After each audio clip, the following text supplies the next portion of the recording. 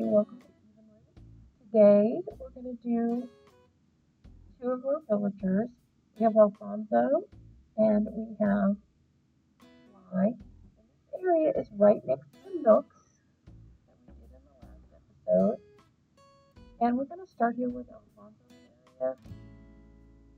And the first thing we have to do is put down the code. We're still in the swamp area.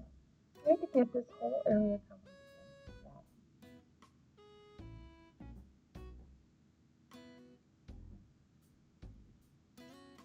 And when you're covering a whole area like this with swamp, or if you're doing a desert island, or I did a moon planet, space one, and you have to cover every inch of the island with code, it can be super tedious putting it down.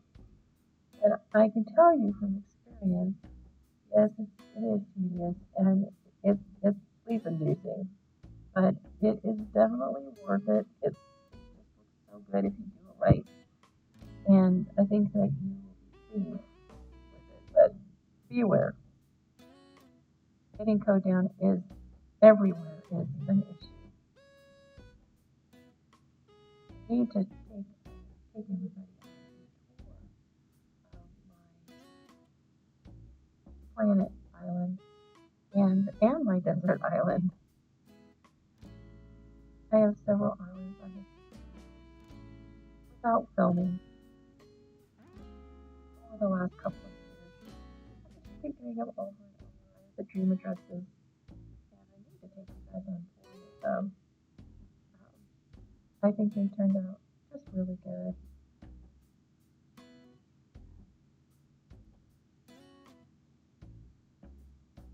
This is just going in behind with the swamp area. I left the space back because I wanted to be able to get back here to fish, mostly fish, in this river that's behind it. And so right now I just wanted to get some swamp go down around his house. Right here, because this is a small area and the code is a little restricting, it can be a little hard to get everything to fit and to look right. And right here next to Nooks, it was just going to be really hard to get the swamp code underneath and have it look right. So what I decided to do here was just round off the swamp code right here. And I went over to this area by Nooks, and I decided to extend it, the stone path next to it. So I'm going to just put, I think it's like 3 or 4 codes right here. And then once I finish that, I'm going to pick up these medieval walls from in front of Nooks, or next to Nooks, and just replace the code underneath it so it can match up with the code I put on the outside. So just a minor change at Nooks. And then just to pop back in these medieval building sites, get them put back where they belong, and put the barrels back that were right here. They didn't want to go in. So let's do it on this side. Anyhow, got them in and then put the box back. It was back here. And Nooks is always there looking good. So a couple more codes right here in front of Sly's house. Not Sly. This is Alfonso's house. They're going to mess me up with these 2 different alligators right here. Fixing some color over here because I wanted it to look a little more finished and make it look like this swamp is circling the tree. So I got that all finished over there. It was time to come over and do the same thing over here by Sly's house, which means connecting this swamp code into this area and getting it all covered. Right here is a little bit bigger, but a lot of this area is the same thing as what's over for this area. It is really a relatively small area, particularly behind Sly's house, but also to the right out onto the peninsula for Sly's house. And we're a little bit tight. Sly's stuff does end up leaking up onto the beach, as it were. He's got himself set up. But first these coats have to go down. I find it easier to get the coat down first and then decorate, even though I often have to kick off and change things. Because when you have an island that has to be completely covered in code like this, I find it a little hard to visualize exactly what it's going to look like. So I find that for me, it's easier to get all this code down first and then change it as I need to for decorating.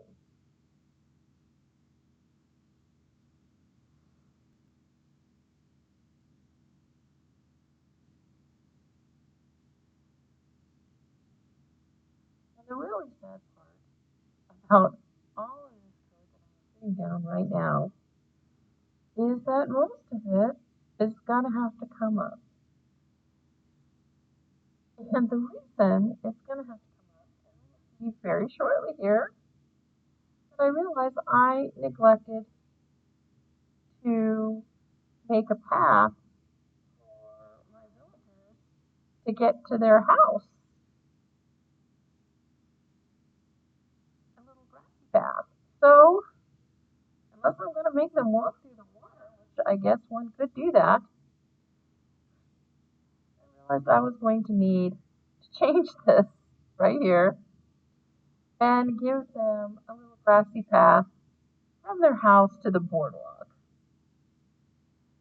Right over here.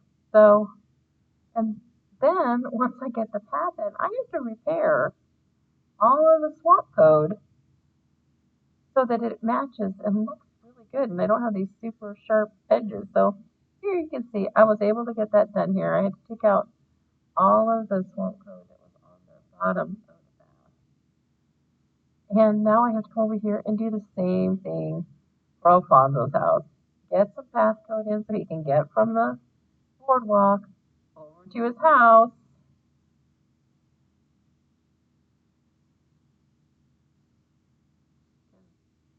He can't seem to do it right, I guess. I just can't.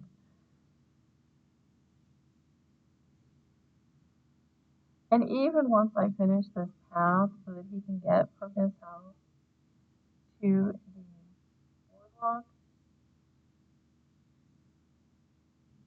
I forgot that I needed a little potting area for Alfonso. He is going to have a little potting area where he's got some plants and maybe he's growing some herbs and things like that. And I realized I needed to have path for that too. Right now I'm just still trying to repair, making a little path to his house and finishing off this curve going back to the side. So everything looks really good. I've got to pull out this tree. And at first I move it over here to the right, but I ended up changing this tree out. You would think with as much planning ahead as I do that it wouldn't be so difficult. Get this path. So here, I'm going to get this path. So I have this little patio type area for Alfonso to do his little puttering about with plants and herbs and flowers and stuff. We have to create this little patio area. It's kicking off even the path I made.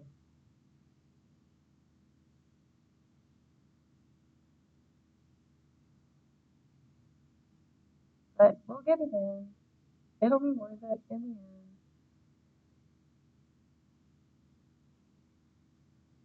Fixing my code, it's always worth it in the end. If you're not happy with how it looks, you realize you forgot to do something, doesn't matter. In the end, you just aren't going to be happy with it. And you're going to end up ripping it out anyhow, so you're better off, or just not even going back. better off going back right at that time when you realize it's not going to work for you. Here I decided I wanted to put bamboo in, and over here I decided to put in a fir tree. So now it is time to pick up all of my stuff here for his yard and put in his little counter table so he can work with his plants, but I wanted it to face the other way. I didn't really want to see that side of it. And I have a table here, not this one, because that's not the right color, but another one. And I wanted to put it here, but I wanted to put a plant next to it, and there wasn't enough room. So I had to scoot this old one and then put my outdoor table back down. And now we're going to pop in the starter plants and the bonsai tree and such here. We've got it all finished, this little garden area. So now we just have to put a couple of flowers down.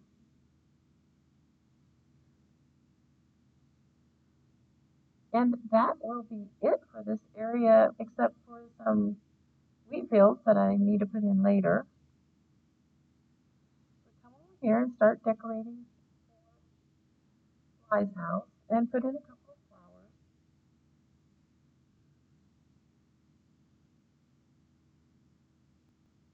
Got a bush for over here.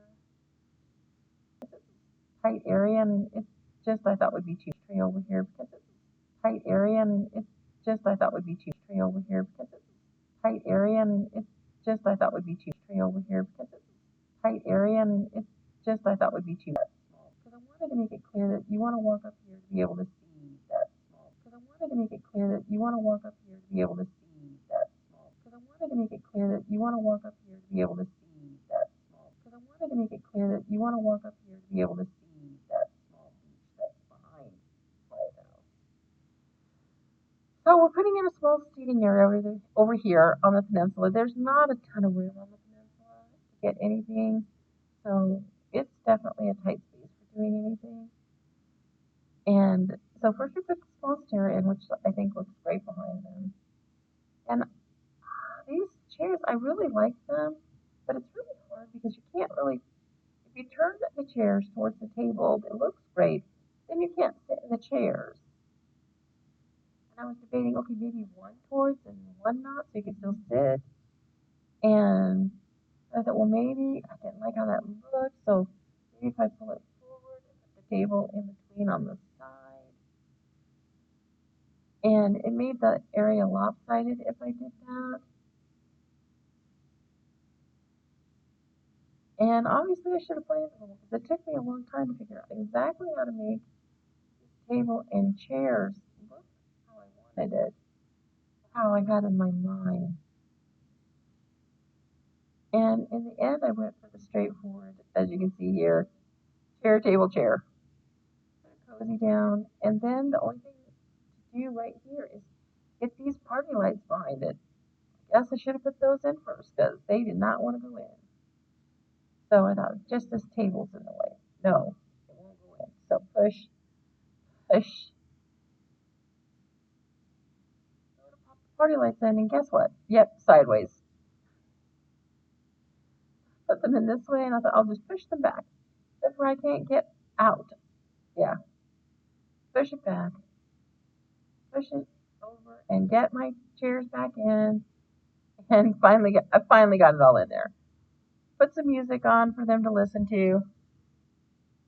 And for this south side of this path, I decided to put these planted trees in because you can't really put anything else there. You can't plant a tree, you can't plant any flowers there or anything.